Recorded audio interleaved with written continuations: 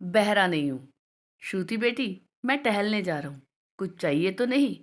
नवीन बाबू ने अपनी बहू से पूछा तो श्रुति किचन से बाहर आई और एक पर्ची के साथ थैला थमाती हुई बोली, भारत स्वीट से जलेबियां भी लेते आइएगा।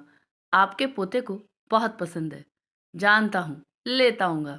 कहते हुए नवीन बाबू मुस्कुराए और बाहर निकल गए।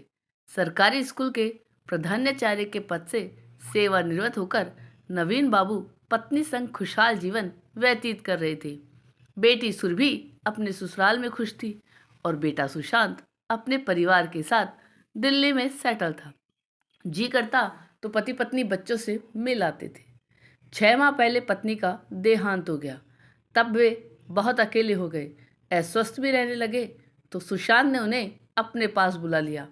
कुछ ही दिनों में उन्होंने खुद को शहरी वातावरण के अनुकूल ढाल लिया।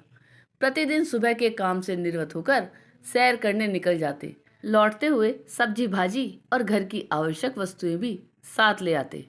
पोते अंश के साथ खेलने और उसे कहानियां सुनाने में उनके दिन मजे से कट रहे थे। कभी कभी पत्नी की तस्वीर से बातें करते हुए कहते, कुछ दिन रुक जाती तो तुम भी ये सुख भोग लेती। श्रुति की माँ एक रिश्तेदार की शादी अटेंड करने दिल्ली आई थी तो बेटी के पास भी चली आई। समधी जी से हाल समाचार पूछकर वो दोपहर में बेटी के साथ बातें करने लगी। ये तेरा ससुर तो बड़ा फिट है, कब तक टिकेगा यहाँ? श्रुति की माँ ने धीरे से पूछा। बस कुछ महीनों की बात है माँ, अंश की आदत उन्हें पड़ जाएगी तो फिर कभी वापस जाएंगे नहीं। गांव वाला घर बेचकर पैसे मिलते ही उन्हें किसी आश्रम वाश्रम में भेज देंगे। जरा धीरे बोल बेटी, दीवारों के कान होते हैं। होते होंगे माँ, मेरा तो काम समझो हो ही गया। श्रुति पूरे विश्वास के साथ बोली। अगली सुबह नवीन बाबू श्रुति बेटी कहकर नहीं पुकारे तो श्रुति ने इधर उधर देखा। उनके कमरे में गई। बिस्तर साफ सुथरा देखकर उसे कुछ शक हुआ।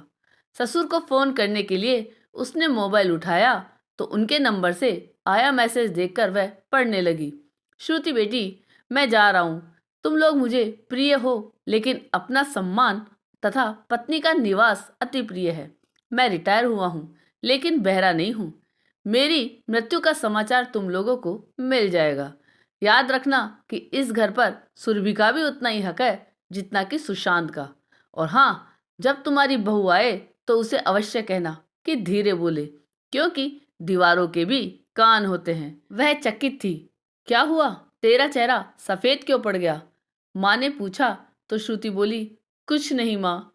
कहकर वह सोचने लगी कि ससुर के अचानक चले जाने का सुशांत को क्या कारण बताएगी और अंश के सामने क्या बहाने बनाएगी। आपको ये कहानी कैसी लगी यह कमेंट करके जरूर बताइएगा। चैनल पे नए हो तो सब्सक्राइब जरूर कीजिएगा और वीडियो को लाइक और शेयर कीजिएगा। धन्यवाद।